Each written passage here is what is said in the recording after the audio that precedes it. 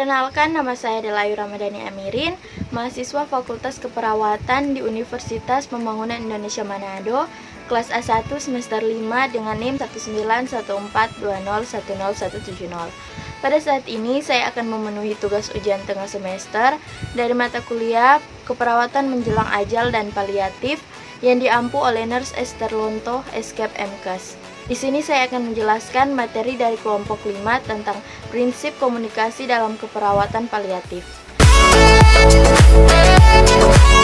Yang pertama, saya akan membahas tentang definisi komunikasi. Definisi komunikasi. Komunikasi berasal dari bahasa Latin communicatus, yang artinya berbagi atau menjadi milik bersama. Dengan demikian, komunikasi menunjuk pada suatu upaya yang bertujuan berbagi untuk mencapai kebersamaan.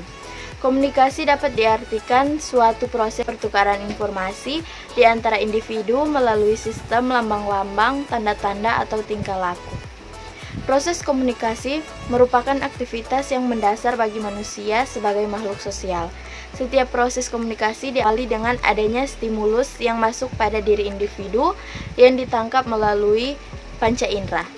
Komunikasi merupakan suatu proses karena melalui komunikasi seseorang menyampaikan dan mendapatkan respon. Komunikasi dalam hal ini mempunyai dua tujuan, yaitu 1. Mempengaruhi orang lain dan untuk mendapatkan informasi. 2. Keterampilan berkomunikasi. Definisi palliative care. Menurut World Health Organization atau WHO 2016, perawatan paliatif adalah pendekatan yang bertujuan meningkatkan kualitas hidup pasien, dewasa dan anak-anak dan keluarga dalam menghadapi penyakit yang mengancam jiwa. Dengan cara meringankan penderitaan rasa sakit melalui identifikasi dini, pengkajian yang sempurna, dan penatalaksanaan nyeri serta masalah lainnya, baik fisik, psikologis, sosial, atau spiritual. Organisasi Kesehatan Dunia atau WHO menekankan bahwa pelayanan paliatif berpijak pada pola dasar berikut ini. 1. Meningkatkan kualitas hidup dan menganggap kematian sebagai proses yang normal.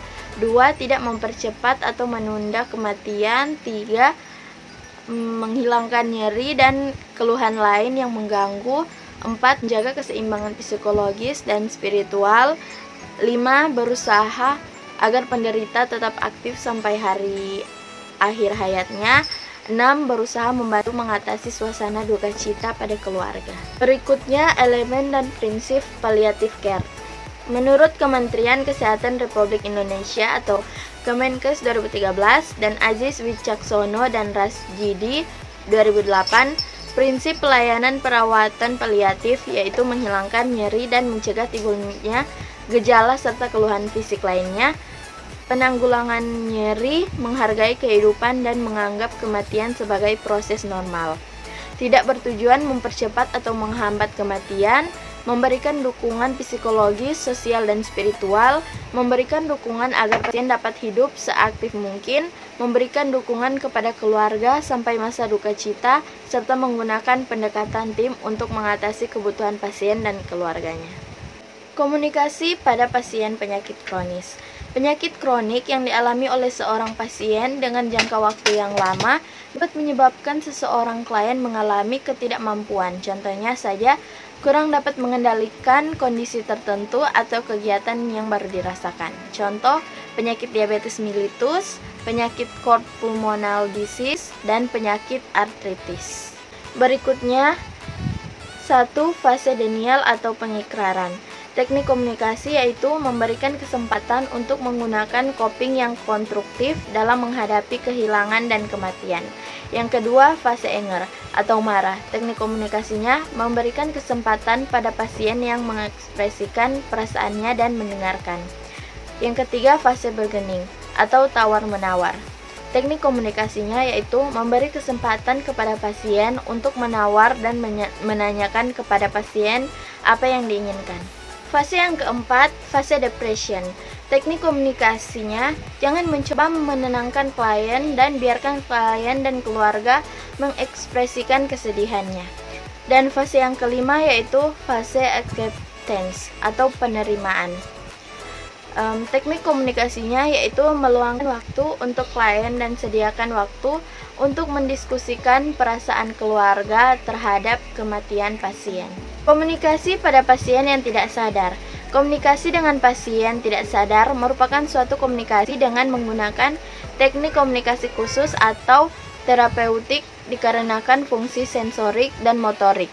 Pasien mengalami penurunan sehingga seringkali stimulus dari luar tidak dapat diterima klien dan klien tidak dapat merespon kembali stimulus tersebut. Fungsi komunikasi dengan pasien tidak sadar yaitu 1. Mengendalikan perilaku, 2. Perkembangan motivasi, 3. Pengungkapan emosional, dan 4. Informasi. Dan yang terakhir yaitu prinsip-prinsip berkomunikasi dengan pasien yang tidak sadar.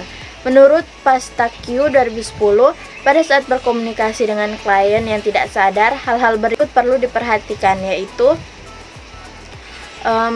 berhati-hati melakukan pembicaraan verbal di dekat klien karena ada keyakinan bahwa organ pendengaran merupakan organ terakhir yang mengalami penurunan penerimaan. Rangsangan pada klien yang tidak sadar.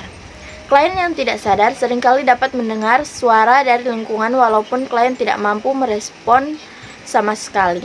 Ambil asumsi bahwa klien dapat mendengar pembicaraan perawat. Usahakan mengucapkan kata dan menggunakan nada normal dan memperhatikan materi ucapan yang perawat sampaikan dekat klien. Ucapkan kata-kata sebelum menyentuh klien. Sentuhan diyakini dapat menjadi salah satu bentuk komunikasi yang sangat efektif pada klien dengan penurunan kesadaran. Upayakan mempertahankan lingkungan setenang mungkin untuk membantu klien fokus terhadap komunikasi yang perawat lakukan. Sekian materi yang sudah saya paparkan. Bila ada salah kata atau materi yang salah, mohon dimaafkan. Terima kasih. Hai guys, pada bagian penutup ini saya ingin mengajak teman-teman atau adik-adik yang baru lulus SMA atau SMK yang masih bingung mau cari tempat kuliah di mana. Nah, dalam video ini saya akan merekomendasikan salah satu kampus yang ada di Manado, yaitu Kampus Universitas Pembangunan Indonesia Manado atau UNPI, khususnya pada Fakultas Keperawatan yang telah terakreditasi oleh Badan Akreditasi Nasional Perguruan Tinggi. Terima kasih.